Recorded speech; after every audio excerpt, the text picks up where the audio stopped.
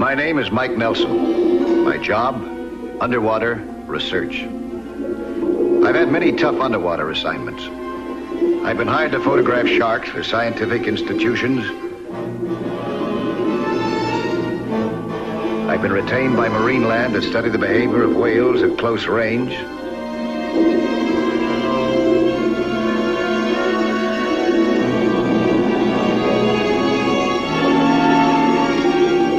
I've explored the treacherous hulks of sunken ships for insurance companies. But the most dangerous job I ever encountered arose on a job when I was hired as a consultant by the Costigan Light Metals Company.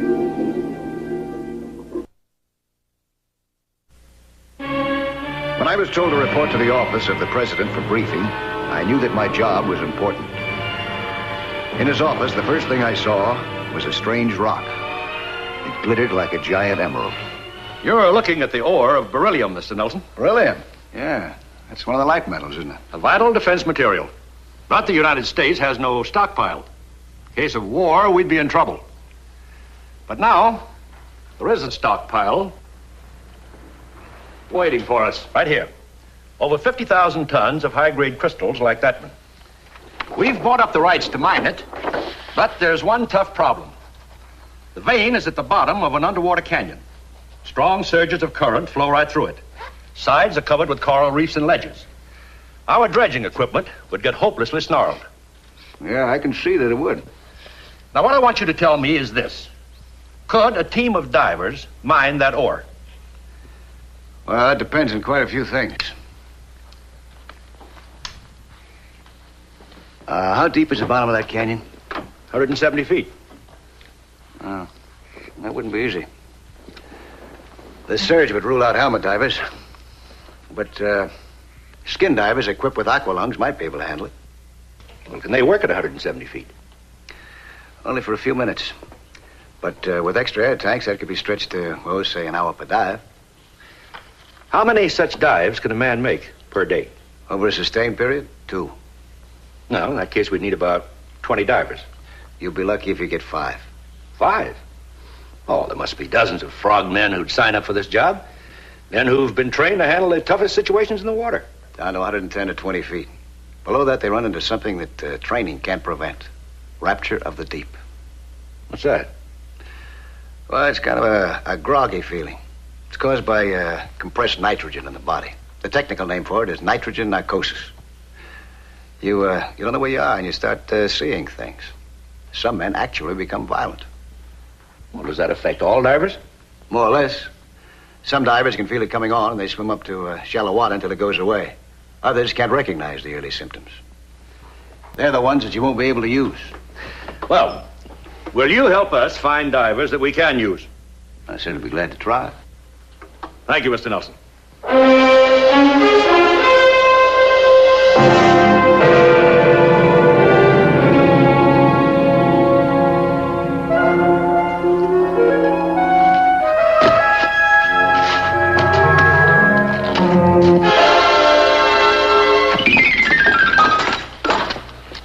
How are you going to bring heavy rocks up from 170 feet? Well, first we'll blast them loose from the volcanic lava. Then we'll go back down again and gather them up in steel mesh nets. The ship will haul them to the surface. Charlie, you can't make this kind of dough doing these kind of stunts and pictures. The money I make in pictures, I live to spend. Sorry, Mike. Too risky for me. See you, Mike.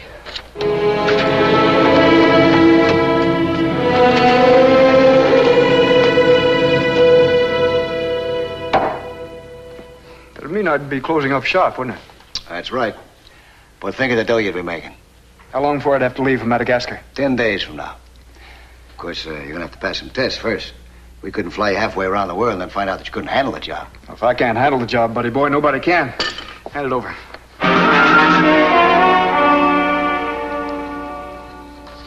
About how long would I be away? About a year. May I ask a question? Is it dangerous? Louise, your husband was one of the best frogmen in our outfit. If he passes these tests that I'm going to put him through, you haven't got a thing to worry about. I'm sorry, Doug.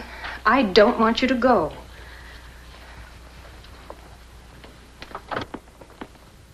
But Louise, $300 a week plus expenses. We can't afford to pass up a deal like this. You're over 30, my darling husband. And besides, you've got Carol and me to think about now. Okay. I guess I know when I'm licked. If you ask me, pal, you're a pretty lucky guy. Goodbye, Louise. I'll see you, Doug. Hold it, Mike. Look, who are we kidding? Business has been rotten. The baby's been sick. We got a stack of bills bigger than the house.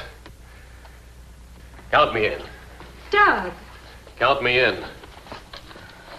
Look, why don't you think about this for a while, huh? Give me a ring. You heard what I said.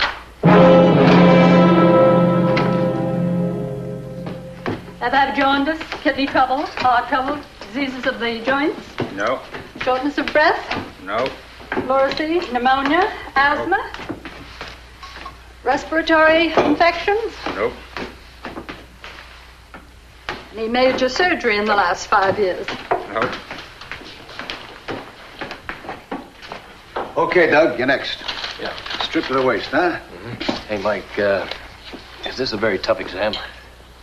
Same type as you passed in the Navy. Good. Sorry I'm late, Mike. Got delayed at the shop. That's okay, Paul. Doug. Hi, Paul. Hi. You, trying out for this Madagascar deal? Yeah, that's right. I thought you said it was rough. It is. You think you can be counted on? In emergencies, I mean? Don't worry about me. What is this? None of my business. Oh, wait a minute now. If this is something that I should know, let me hear it. Well, it happened last summer. He was my buddy on a deep dive. We followed a barracuda into some seaweed, got tangled up. And? And he got free. I signaled for help and he got scared. He went right up. You let him stay there? Of course not. I felt nitrogen narcosis hitting me, so I signaled him to go up with me. He refused. Refused? I was tangled in the seaweed, buddy. Oh, seaweed. There wasn't any seaweed. Hey, what is this? I thought you guys were pals. You sweated out the war together? You opened up a diving club? What gives? It's very simple. He just can't admit he's lost his nerve, that's all. Look, let's get something straight. You're the one who's lost. When you lost Louise. Louise? Don't deny it. Ever since the day we announced our engagement, you've had it in for me. Now you're trying to knife me in the back. I'm trying to keep you from killing yourself. You're afraid. The first dive you make below 50 feet, you'll panic. Mr. Trimble. We'll see about that when I make my test. Yeah, we will. Doug? Yeah? I don't know which one of you is telling the truth. But this is going to be a very rough job. Each diver is going to have to depend on the other guy for his life. I don't want any personal grudges. Is that clear? Sure. Yeah. This was a problem that I hadn't bargained for. Two divers that I was counting on the most at each other's throat, when every candidate was essential to this nationally important project. The assignment was a great challenge.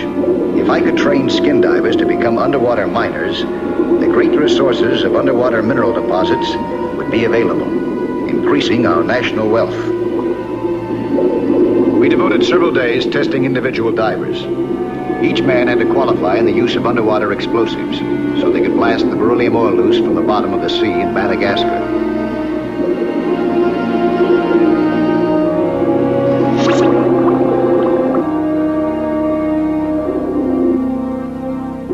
After the fuses were lit, we returned to our base of operation, a diving barge, anchored 1 mile offshore and equipped with a hoist, emergency devices, and a cabin with a decompression chamber, in case anyone might suffer from the rapture of the deep. This was the last day of the tests. Mr. Costigan was aboard, and he had very good reason to be concerned. So many men had failed to qualify that the Madagascar crew was still short 2 divers, and only a few candidates left. Paul Barton and Doug Trimble were members of this last group.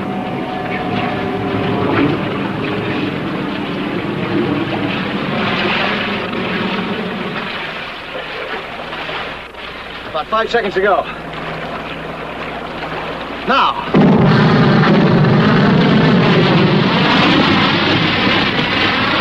Right on the button.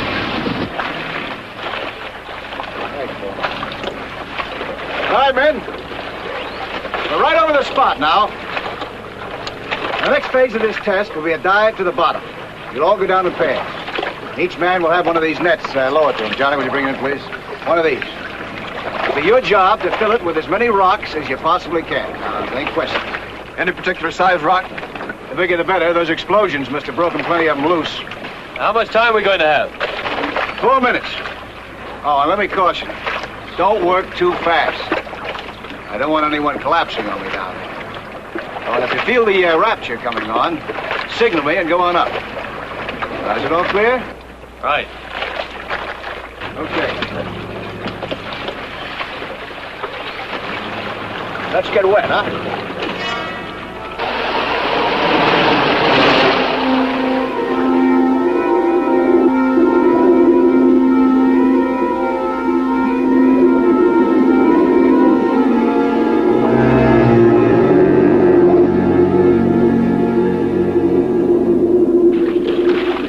Right, Johnny, lower the net.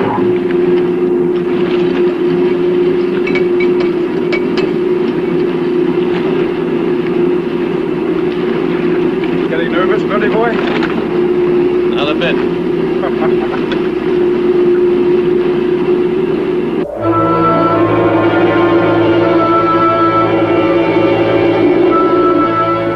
I carried an underwater slate to grade them for performance and write down instructions.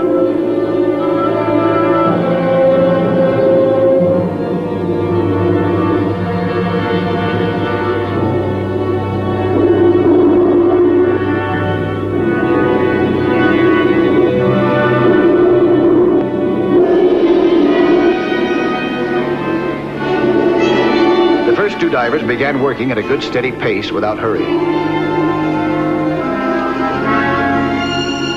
The water gave the rocks a certain amount of buoyancy, and I felt pretty hopeful that both of them may qualify. But working at a great depth, breathing compressed air for a prolonged time plays tricks on the mind. And one of the divers suddenly forgot one of the safety rules of diving. Look first before you reach into dark holes, or you may tangle with the vicious teeth of a moray eel. When molested, these babies attack ferociously with powerful jaws and sharp teeth which slant inwards. Suddenly the eel struck, fastening its teeth in his hand like fish hooks.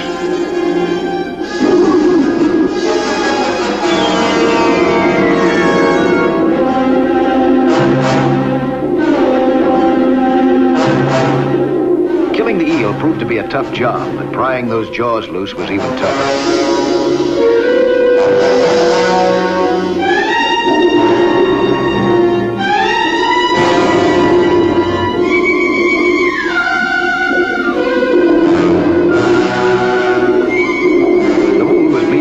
So I quickly improvised a tourniquet.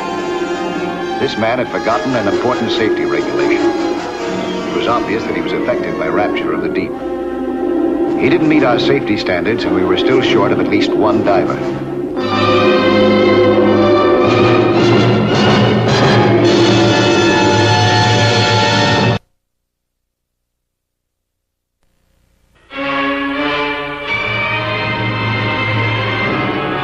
I now had 7 men for Costigan's crew, but at least one more was needed to make the project practical.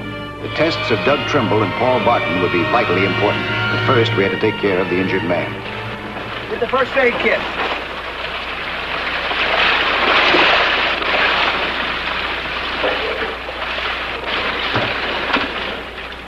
How you feel? Like I went through a buzzsaw. He was lucky. What do you mean? His buddy stuck by him. Why don't you knock it off?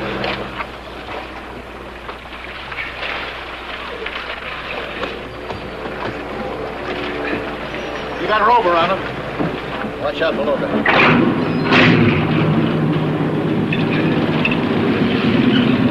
Not too late to back out. I could understand. Listen, I told you to knock it off.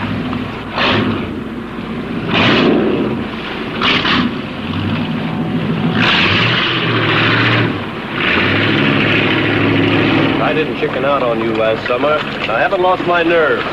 I'm still just as good a diver as I ever was, so get off my back. I don't understand why you're trying to con yourself into a job you know you can't handle. I don't understand why you're trying to knife your own buddy in the back. No matter how jealous you are. Jealous? Yeah, jealous. Hey, stop it! Cut it out! Cut it out! Hear me? Cut it out! Cut it out!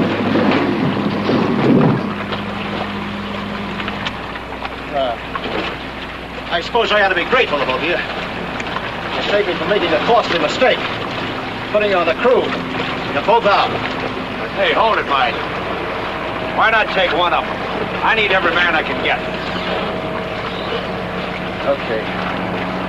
One of you goes. Which one? We'll soon find out. Put on your scuba.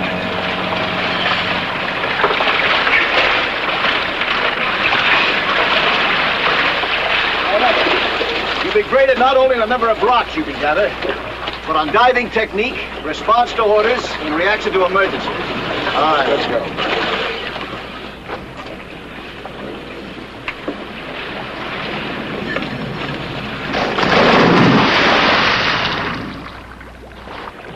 Lower away.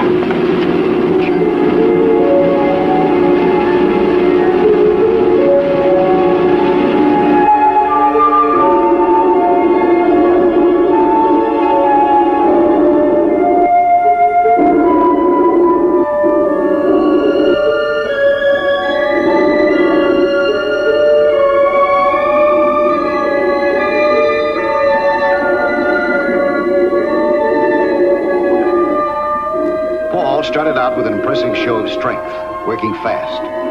I wondered how long he could keep up that pace, though. Doug worked more slowly, apparently saving himself the long haul. Both men seemed to react favorably to the extreme depth and pressure. I always knew that they were good divers. I was impressed by Doug's good sense. He knew that he was falling behind, but he stuck to his slower pace. It was clear that he knew his own limits and wasn't taking any foolish chances. On the other hand, Paul seemed dissatisfied with a comfortable lead.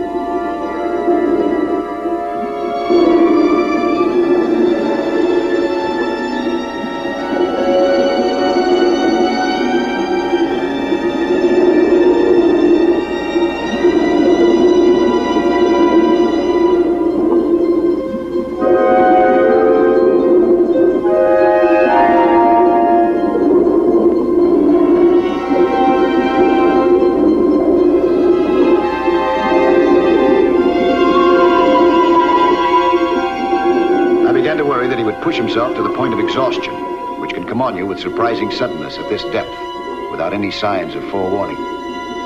I gave him immediate instructions on my slate.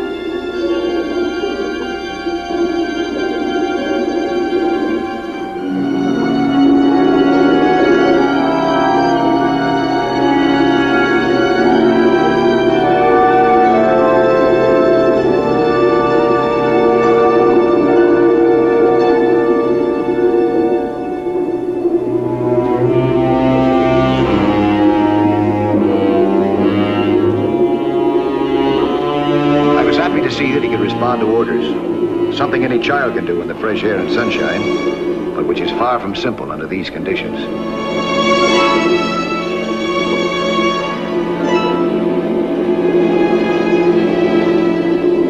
Both men were working extremely well, collecting rocks of different sizes. I was beginning to have hope that Costigan would have the extra man that he so desperately needed for his crew, and that underwater mining might soon become a reality because of these tests. I was grading Doug, observing him closely, when Paul suddenly did the unexpected. Instead of a rock, he picked up a guitar fish and began doing an Apache dance.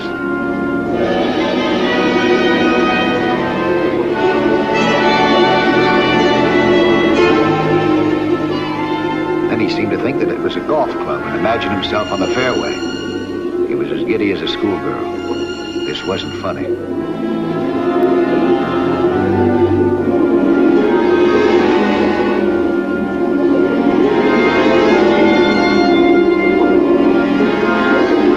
I told him that he had Rapture of the Deep. I ordered him to go up to the shallower water where I knew the condition would automatically clear up. But instead of obeying, he nearly bashed my head in.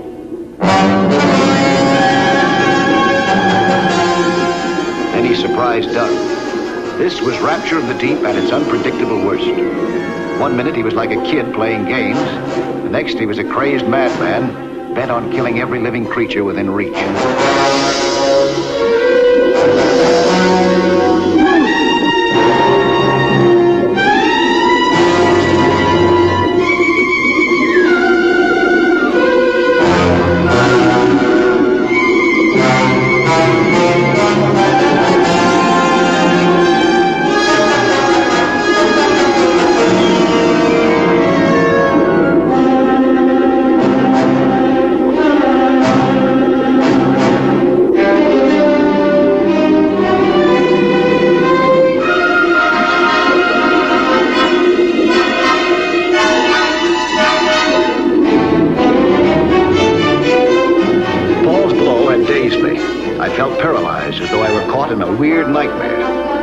The two figures struggling desperately nearby seemed completely unreal.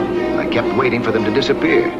But those fighting shapes persisted, and when they finally became shockingly real to me, I grabbed Paul. But he seemed to have the strength of a madman.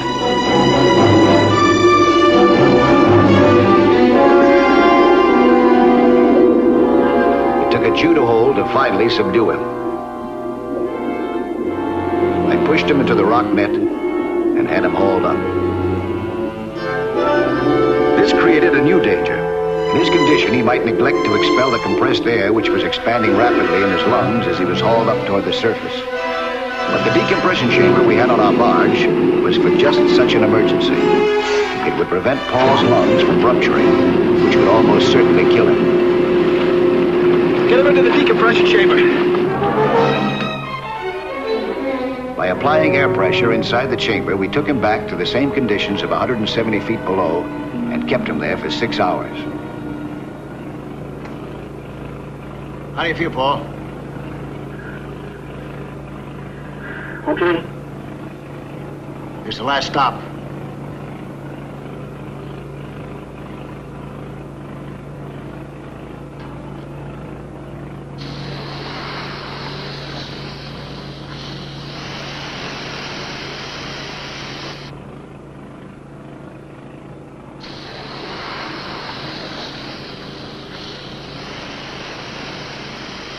After reducing the pressure in slow stages, it was safe to open the lock of the chamber. Is there a blanket over there, Mr. Costigan?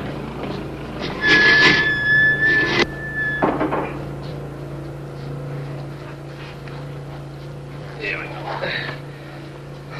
How do you feel? Here. Better. Yeah, that's right. What did I do down there? Tried to kill us both. Did I? Yes, you did. There was no giant squid? No.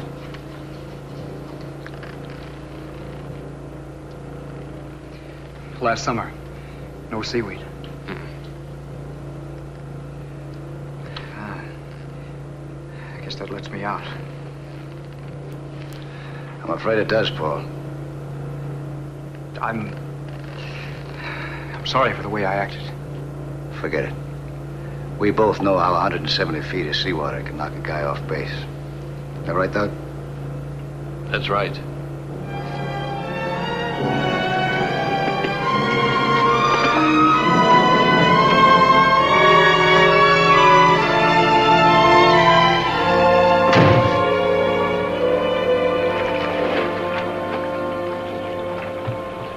Well, that's another one we'll have to cross off the list.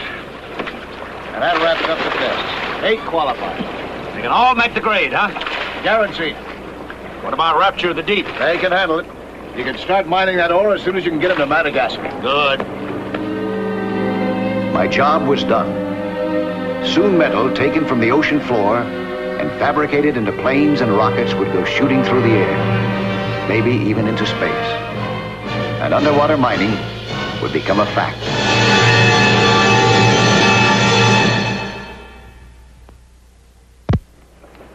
Hi, I'm Lloyd Bridges, inviting you to join us for another action-packed story of underwater adventure 1 week from today.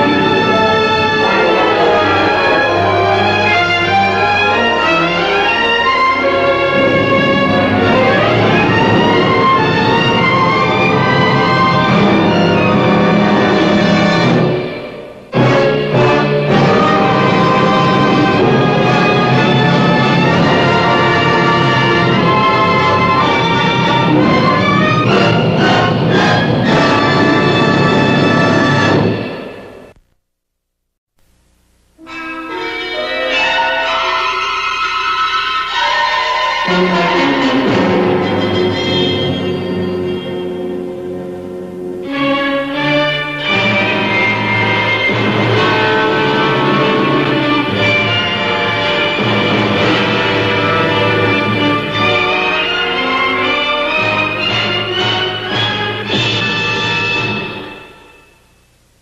are the hidden kelp forests of the underwater world.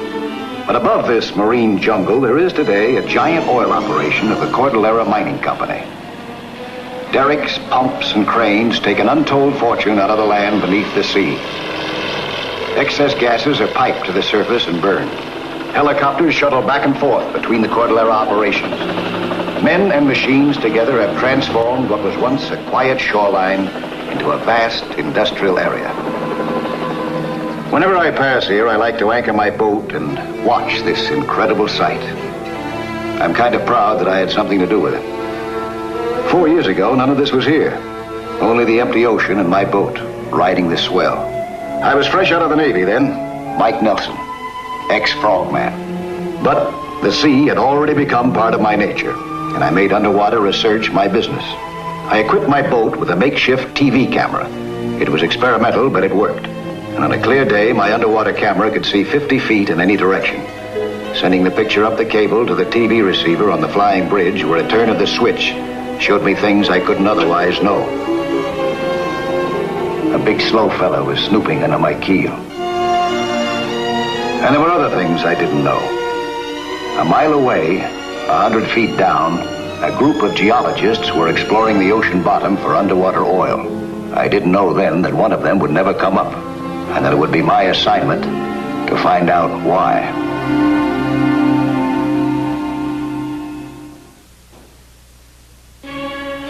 At 8:30 a.m., the heavy fog lifted. It was then that Lieutenant Dawson, on the bridge of a Coast Guard cutter, noticed a derelict boat. There was no sign of life on deck. Her name is Geronimo.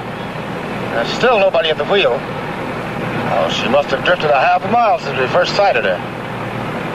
Her anchor's dragging. We better take a look at her. Let's pull alongside.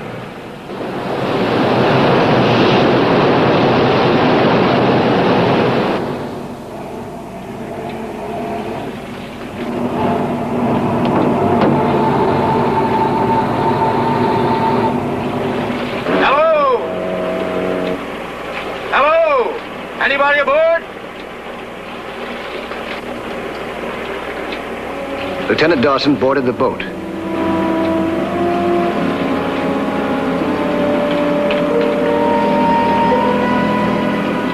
Is anybody down there?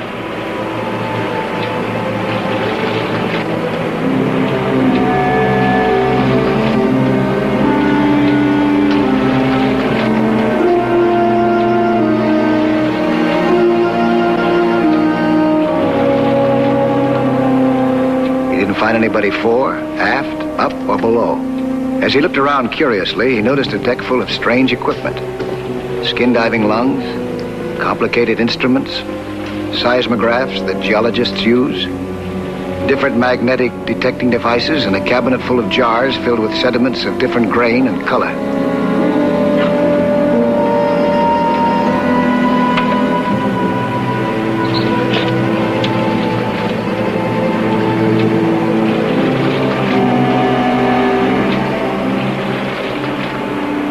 To the Cordillera Mining Company. It's funny leaving all this expensive equipment unguarded.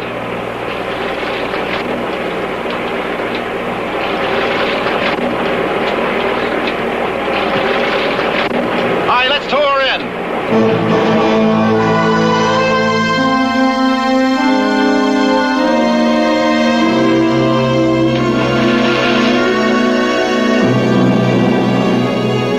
My boat was anchored 2 miles the other side of Rocky Point. My assignment? Underwater research for marine land, the largest oceanarium on the West Coast. My safety man was a woman, Dr. Kate Marlowe, an assistant curator at Marineland. Equipped with an underwater camera and bait in every pocket, I was making a systematic study of marine life. The fish behaved a good deal like people. Some of them were shy. Some of them curious and aggressive. Another, probably frightened of me, took the food and ran. The moray eel, one of the most vicious of all the undersea creatures, took bait right out of my hand. Others were chowhounds that I couldn't get rid of. Suddenly, Kate noticed a manta ray break the surface of the water. Mike! Mike! Marineland was anxious to have a specimen of this strange fish.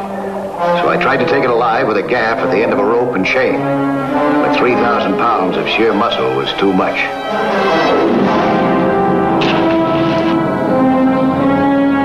Neither I nor the rope could match the strength of the fish. When Kate got down, there was nothing left to show her but the end of the broken rope.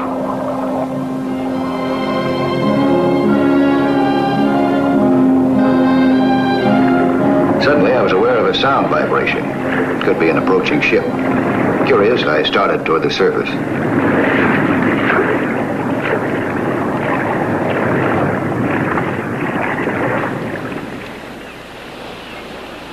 I was puzzled by what I saw. A Coast Guard cutter had an unmanned boat in tow and was approaching as though to hail me. Hello, Mike. Hi, Lieutenant. Looks like you caught something pretty big there. You know anything about her? I found her abandoned the other side of the point.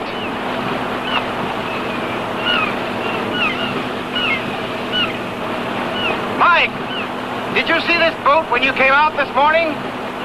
She's registered with the Cordillera Mining Company and loaded with oil research equipment. No, I never saw her before. We searched the area. Nobody near her. Just thought you might know something. We're taking her in. So long, Captain. See you again, Mike.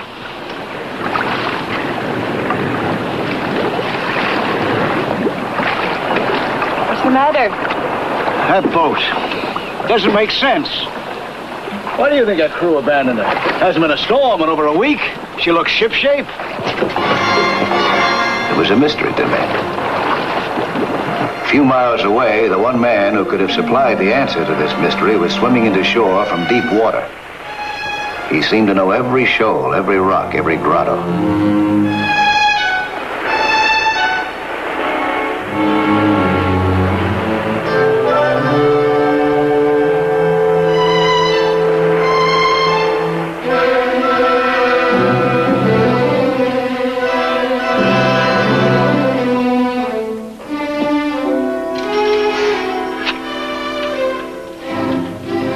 This is Wilkes. I'm at Rocky Cove.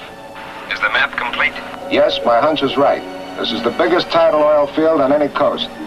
No limit to what we can get for our information. I've already got a boat. I'll come into shore at midnight, take you and Barney off. We'll be in Mexico by morning. There's been a change. Barney didn't see it our way. Oh? What'd you do about it? The Octopus.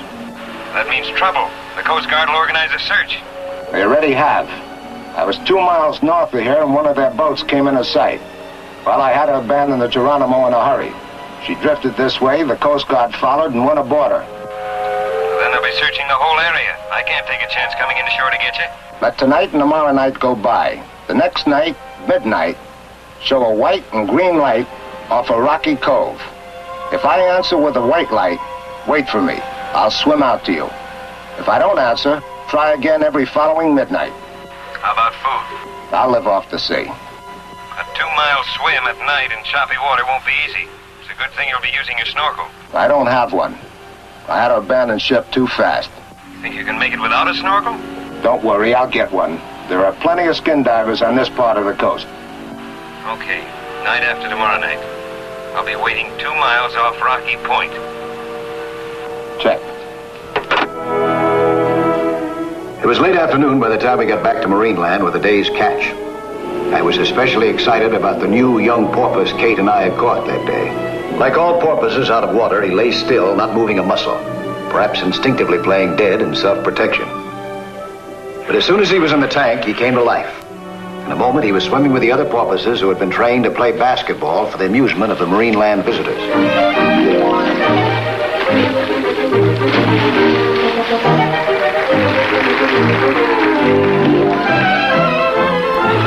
I could have spent the day watching the game.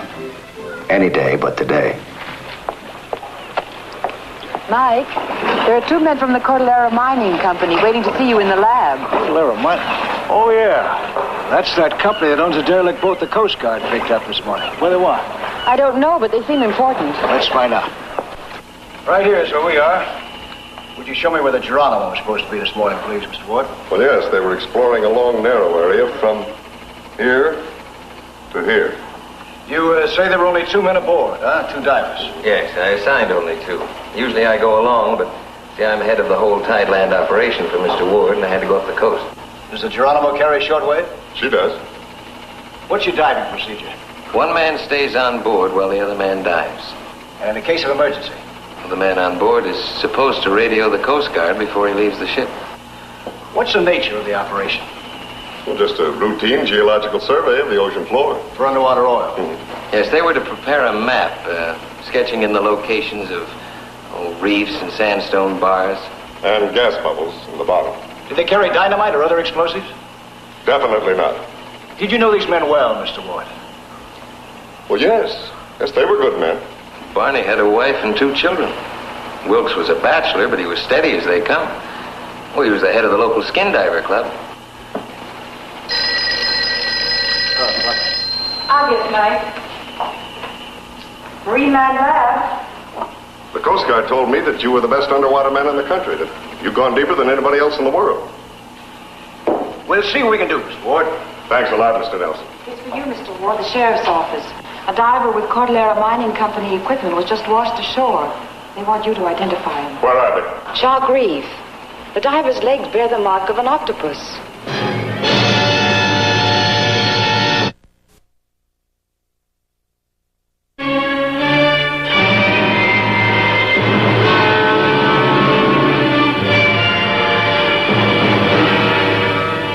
Within 20 minutes of the call telling us of the discovery of a dead skin diver, we reached a lonely stretch of beach north of Shark Reef. It's one of our men, all right. It's Barney. There were 2 divers. This is the only one washed up, sir. What's this about an octopus? It was an octopus, all right. You can see for yourself. There's the marks of the tentacles. That arm must have been a good 4 feet long. Well, that solves our mystery. It sure looks like the marks of an octopus, all right. But an octopus never attacks. What do you mean? Yeah, I know, it's got a pretty bad reputation, but, at least in my experience, it's just not aggressive. You ever tangle with one? No, they've never bothered me. You see the marks, it couldn't be anything else.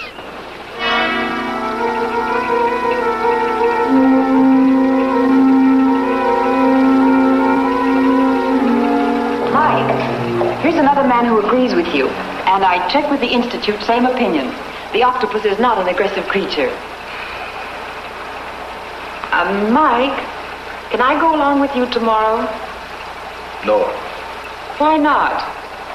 Not until I find out a little more about this particular octopus that we're up against. Isolated Crab Inlet used to be a favorite place for skin divers. The water was considered free of any danger.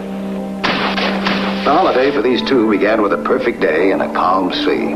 They didn't know what the water hid from them. They didn't know they had something someone else wanted.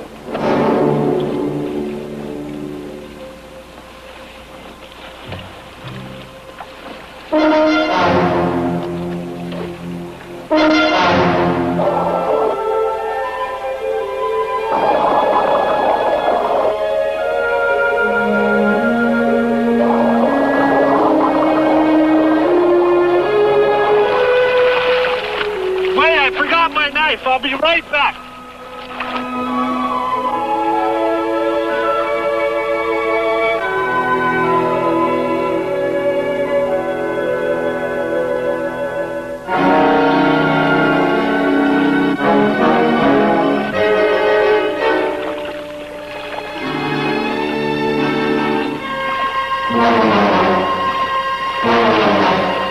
Hey, that's my snorkel. Hey, Mr. Wilkes, don't you recognize me? From the Skin Divers Club.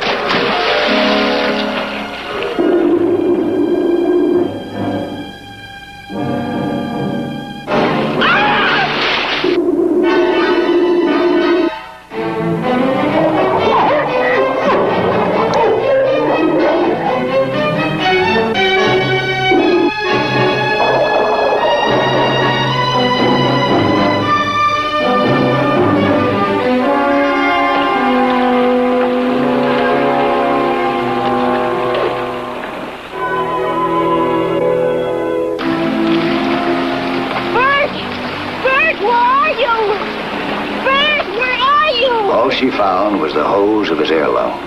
Bert! Bert, where are you?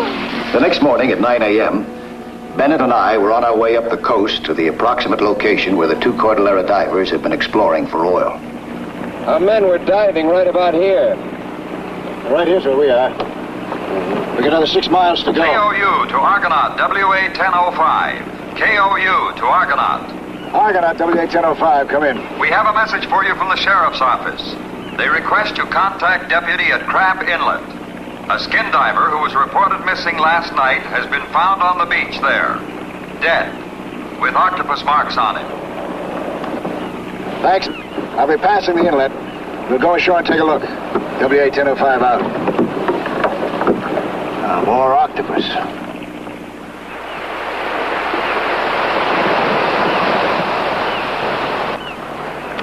He was dragged under yesterday. The current carried him in a half hour ago. Same as on your skin diver, Bennett. She was with him.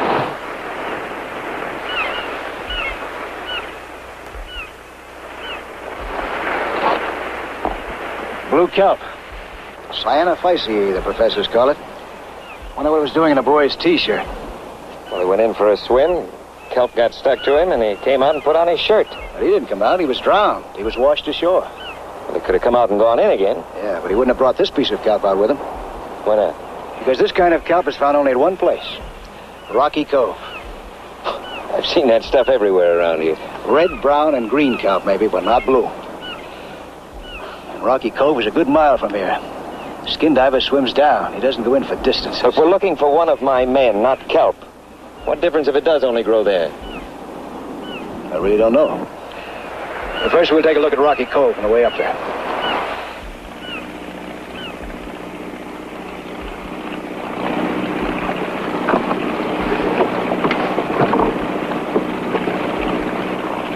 Bladder kelp, angelfish, there's mealgrass, red snapper, bladder kelp. That blue kelp ought to be around here someplace.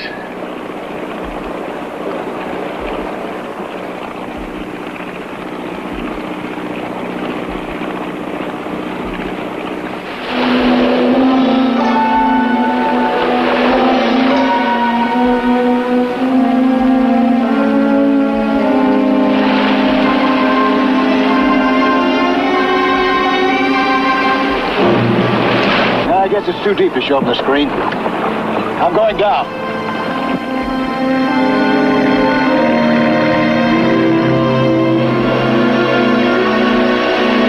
I gotta put my wetsuit on. It's pretty cold out there. Wait a minute.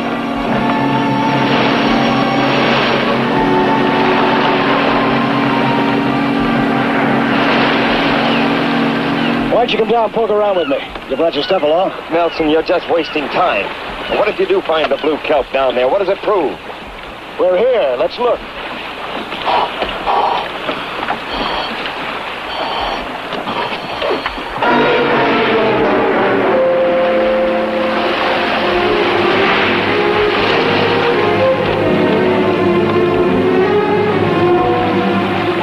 Not knowing what to expect, I had my spear gun ready.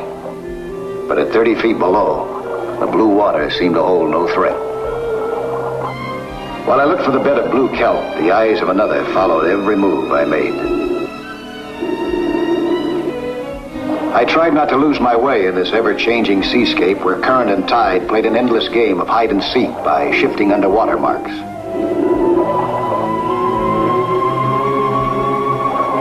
The tangled jungle of kelp seemed friendly. The rising strands tinged the water with a soothing green. But time was wasting, and I lit a flare to help my search. Then I saw it, the blue kelp. I knew I had my bearings and felt safely at home again. I dropped the flare to mark the spot and started up to get Bennett.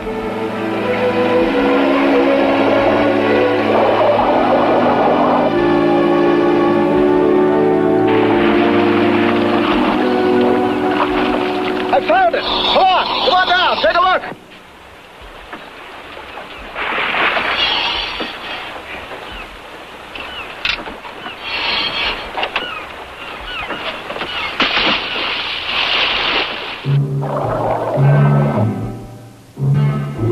Bennett seemed to be at home in these waters. He swam down with powerful strokes, spear gun in hand, following me, while that other one, unknown to me, followed us.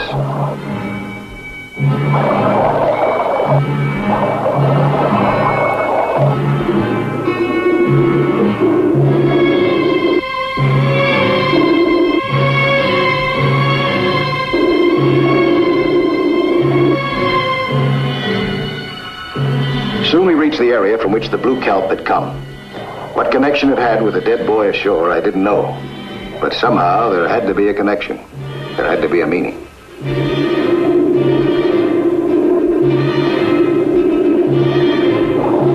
Suddenly I was aware of a new sound in the water. Air bubbles, not mine, not Bennett's, but a third air lung somewhere near. I twisted around to look. Who was he? Then I saw the weapon in his hands. He was the Octopus. I tried to warn Bennett, then spun to meet the stranger and was ready to fire. But suddenly, Bennett knocked the spear gun from my hands. Then I knew why Bennett had tried to keep me away. There was no way out, except what I'd learned from the sea. Obscure the water like the giant squid. The magnesium flare. Blind him.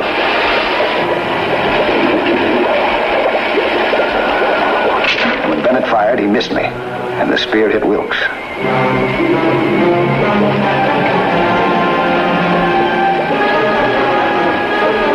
Now, with the odds even, I had a chance to handle Bennett.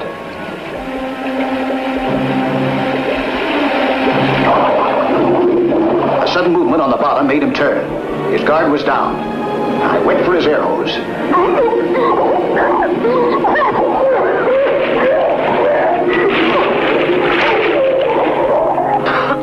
KOU to Argonaut. Hello, Argonaut. This is Lieutenant Taylor. Come in, Mike. I need assistance, Lieutenant. 50 yards off Rocky Cove. The Geronimo mystery is now solved. We're on our way. Bennett had been turned over to the sheriff. The law was satisfied, but I was not. I conducted a few experiments on myself with an octopus in the Marine Land tank. And 2 hours later, when Mr. Ward arrived in the seaplane, I was prepared to give him a first-hand report on how Wilkes had murdered his fellow geologist. Object? To keep for himself and Bennett a newly discovered oil basin worth a fortune. See? Marks from the fake thing are clear-cut, sharp around the edges. Mm-hmm. Marks from the octopus are irregular. You like to find out things for yourself, don't you? Only way to be sure, I guess. You know, Mike, I could use someone like you to replace Bennett. What do you say? Well, there's a great future in underwater oil. Pays well. Thanks, but I'm afraid I'm not your man. I gotta be my own boss. Guess the ocean has spoiled me. Well, the ocean would still be your base of operations. But I want to be free, too. Free to, well, be able to say yes if someone should phone me and say, Mike, I've got hold of a map to a sunken ship that's supposed to be laden with gold, or we've got evidence of a lost civilization off the coast of Africa, or there's a derelict boat we just picked up off Rocky Cove. Understand? Yeah, I guess I do. I'll leave me a check for you in the mail. Oh, but if you should change your mind, you can always reach me. KOU to Argonaut WA-1005.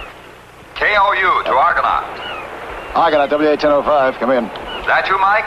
This is Mike Nelson. This is Smitty. Are you free? I'm free. So long, Mike. Bye, Mr. Ward. Can you come out to the Harbor Lighthouse? I'll be right there.